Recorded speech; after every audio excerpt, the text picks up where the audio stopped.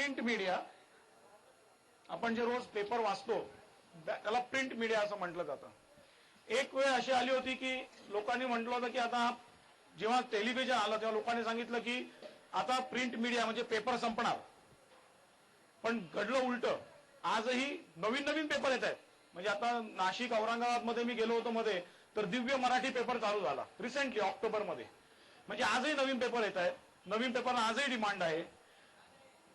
हा print media हा कितीही म्हटलं टीव्हीमुळे मरेल तरी आजही हा मरणार नाही आणि भविष्यातही हा मरणार नाही. आता प्रिंट मीडिया मध्ये जर का तुम्हाला जर्नलिझमचा कोर्स करायचा किंवा करिअर करायचं असेल तर तुम्ही चांगलं लिहिता यावं हा एक भाग आहे. पण याच्यामध्ये एक विसंगती असते. रिपोर्टिंग करणं आणि लेख लिहिणं याच्यामध्ये फरक आहे. आपल्याला सर्वसाधारणपणे हे दोन भाग माहिती नसतात. रिपोर्टिंग म्हणजे आता समजा हा कार्यक्रम चालू आहे तर ह्या कार्यक्रमाची संपूर्ण माहिती लिहून दिली म्हणजे हे रिपोर्टिंग झालं. आलं का लक्षात? तर त्यासाठी ती एक विशिष्ट भाषा, तुम्ही जर का मराठी पेपर किंवा इंग्लिश पेपर नीट वाचलेत तर तुमच्या लक्षात येईल की एक वेगळ्या विशिष्ट भाषेमध्ये ते बातमीचा संपूर्ण सविस्तर वृत्तांत लिहिलेला असतो. त्याला रिपोर्टिंग म्हणतात. त्याला काय म्हणतात? रिपोर्टिंग. म्हणजे जर का एखादा वृत्तपत्राचा व्यक्ती प्रतिनिधी इथे आला आणि या कार्यक्रमाची त्याने संपूर्ण माहिती कळवली तर त्याला म्हणतात रिपोर्टिंग. तर तिकडे एक रिपोर्टिंग डेस्क असतं. आता मी समजा रिपोर्टिंगसाठी आलो, मी 10 पानं लिहून देईन इथल्या कार्यक्रमाचा रिपोर्ट. पेपरमध्ये जागा पाहिजे ना तेवढी. मग एडिटिंग डेस्क असतो ज्याला जिकडे मी दिलेल्या बातमीच्या 10 पानी बातमी एका पानात केली जाते त्याला एडिटिंग डेस्क असतो. आणि मी जे लेख लिहितो ना, लेख ते प्रकारच वेगळा आहे.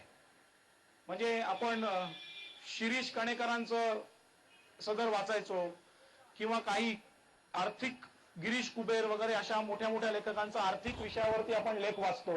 हे जे सगळे लेख आहेत हे वेगळे लेख आहेत. हे त्या त्या विषयातले जे स्पेशलाइज्ड माणसं आहेत, तज्ज्ञ माणसं आहेत, ती त्या त्या विषयावरती लेख लिहितात. पण जर का तुम्ही मूळ प्रिंट मीडियाचा जर का भाग बघितला तर त्याच्याकडे फक्त 2 हेड्स आहेत. एक म्हणजे रिपोर्टिंग हेड आणि दुसरं म्हणजे एडिटिंग हेड. तर ती एक विशिष्ट भाषा असते, ती शिकण्याची गरज असते. असं नाही, तुम्ही सरावाने ती तुम्हाला शिकता येऊ शकते. पण महत्वाचं म्हणजे जनरल नॉलेज खूप लागतं.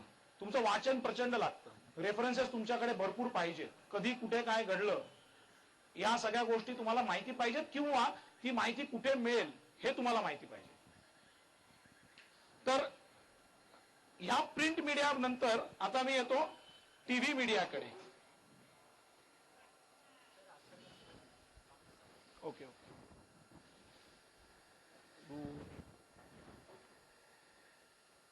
ठीक आहे का? आता टीव्ही मीडिया तुम्ही बघितलं असेल 26/11 हल्ला झाला त्यावेळेला बघितलं का? सगळे ते रिपोर्टर्स तिकडे उभे होते. म्हणजे तुमच्याकडे जर का अशा पद्धतीचं टीव्ही मीडियामध्ये जाऊन तुम्हाला करिअर करायचं असेल जर्नलिझम मध्ये तर त्या ठिकाणी जाऊन बातमी कव्हर करणं. म्हणजे आम्ही जेव्हा जर्नलिझमचा कोर्स करत होतो तेव्हा आम्ही आमच्या सरांना एक प्रश्न विचारला की समजा दंगल चालू आहे आणि माझ्यासमोर मी रिपोर्टिंग करतोय कॅमेरा घेऊन आणि माझ्यासमोर एक माणूस रक्तबंबाळून पडलेला आहे, तर मी काय केलं पाहिजे? त्याला उचलून हॉस्पिटलमध्ये नेलं पाहिजे की समोर जो मॉब धावत गेला त्याच्या मागे जाऊन न्यूज कव्हर केली पाहिजे? सरांनी शांतपणे सांगितलं तो माणूस मेला तरी चालेल, तुला न्यूज कव्हर केली पाहिजे. म्हणजे मला सांगायचा उद्देश काय आहे की तुमचं एम, तुम्ही तिथे रिपोर्टर आहात, तुम्हाला काय काय घडतं ती बातमी तिथे पोहोचवायची आहे. त्यामुळे बाकी सगळ्या गोष्टींकडे तुमचं दुर्लक्ष. हा, तुम्ही त्याला एकदा शूट करून घेऊन गेलात बस झालं. त्याला हॉस्पिटलमध्ये पोहोचवायची जबाबदारी तुमची नाही, म्हणजे जर्नलिस्टची नाही, असं त्यांनी आम्हाला सांगितलं. एक छोटंसं उदाहरण दिलं. म्हणजे सगळ्या प्रकारच्या रिस्क, भूकंप झाला, वादळ झालं, अशा पद्धतीचे सुद्धा जर का घटना घडल्या तरी सुद्धा तिकडे त्या रिपोर्टरला जावं लागतं. इथे सुद्धा टेलिव्हिजन मध्ये सुद्धा डेस्क मध्ये रिपोर्टिंग डेस्क आणि एडिटिंग डेस्क असे दोन्ही डेस्क असतात. तर हा झाला जर्नलिझमचा भाग. यासाठी ज्या इन्स्टिट्यूट आहेत, टेलिव्हिजन जर्नलिझमसाठी वेगळ्या इन्स्टिट्यूट आहेत. ते कोर्सेस थोडे एक्सपेन्सिव्ह पण आहेत. म्हणजे त्यांच्या फीस जवळजवळ काही 50 ते 60 हजारांपासून पुढे सुरू असतात. पण त्या ठिकाणी पगार देखील चांगला असतो. पण शेवटी तुमचं क्वालिफिकेशन जरी तिथे महत्वाचं नसलं तरी जेवढं तुमचं क्वालिफिकेशन जास्त जेवढा तुमचा अनुभव जास्त, जेवढा तुमचा वाचन जास्त, तेवढं तुम्हाला तिथे वेटेज जास्त मिळत असतं. त्यामुळे जर्नलिझम हा असं कोणीतरी मला वाटलं मला लिहिता येतं म्हणून मी जर्नलिझमला सुरुवात केली, असं जर्नलिझम होऊ शकत नाही. त्यासाठी बॅकग्राऊंड म्हणजे बॅकग्राऊंड मला म्हणायचंय मानसिक आणि बौद्धिक बॅकग्राऊंड तशी आपल्याला जमवावी लागते. त्यामुळे जर्नलिझम हा एक कोर्स आहे जो भविष्यामध्ये खूप चांगल्या पद्धतीने आपल्या विद्यार्थ्यांनी जर का ठरवलं, कारण माझे अनेक मित्र आहेत की जे आज चांगल्या चांगल्या न्यूजपेपर्समध्ये चांगल्या पोस्टवरती आहेत.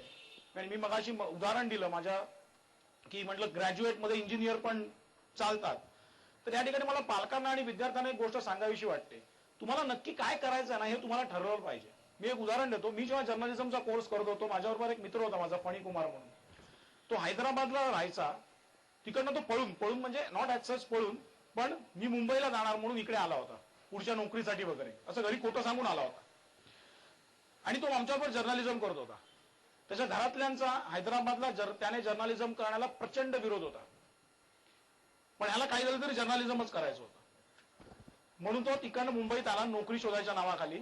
नोकरी काही शोधली नाही, कारण तो मेकॅनिकल इंजिनियर होता खरा म्हणजे. नोकरी काही शोधली नाही, जर्नलिझम मध्ये आला, 1 वर्षाचा डिप्लोमा केला. आणि आम्हालाही प्रश्न पडायचा, इंजिनियर आहे, मेकॅनिकल इंजिनियर आहे, चांगला मार्क्स आहेत त्याला हैदराबादच्या युनिव्हर्सिटीमध्ये मिळालेले, हा इकडे काय करतोय. पण त्यानंतर दाखवून दिलं तो काय करतोय. ऑटो नावाचं मॅगझिन दिसतं का तुम्हाला स्टेशनवरती? म्हणजे आता बऱ्याच दिवसात जेव्हा तो जॉईन केलं तेव्हाच मला माहितीये, त्यावेळेला त्याला जवळजवळ म्हणजे ही गोष्ट असेल 98-99 सालची, त्याला जवळजवळ 70,000 रुपये पगारावरती त्याने एडिटिंग डिपार्टमेंटला हेड करायला सुरुवात केली, कारण तो मेकॅनिकल इंजिनियर होता. तर मला सांगायचा उद्देश काय की ज्या आपल्याकडे स्किल आहेत, इंजिनियर जर्नलिझम करू शकतो की नाही करू शकत हा एक प्रश्न आहे, पण जर्नलिझम केल्यानंतर त्याचा उपयोग तो कुठे करू शकतो हे जर का त्याला माहिती असेल तर नक्की त्या क्षेत्रामध्ये तो यशस्वी, म्हणजे आज बघा तो इंजिनियर पण जर्नलिस्ट म्हणून यशस्वी ठरलेला आहे.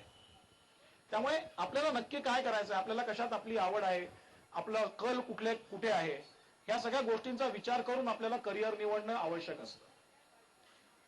आणखीन एक नवीन जर का आपण बघितलं ज्याचा खूप चांगला भविष्यामध्ये उपयोग होऊ शकतो, ते म्हणजे फॉरेन लँग्वेजेस.